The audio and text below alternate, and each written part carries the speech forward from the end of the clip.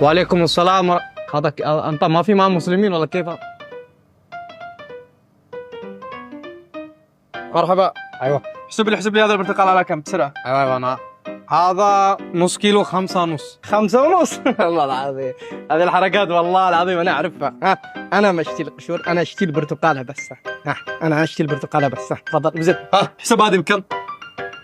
انت كيف يعني يحسب هذا بدون قشور؟ انت لازم اركب قشور. اخي انا ابغي البرتقال ما ابغي القشور، بعد خليني اشتري على كيفك.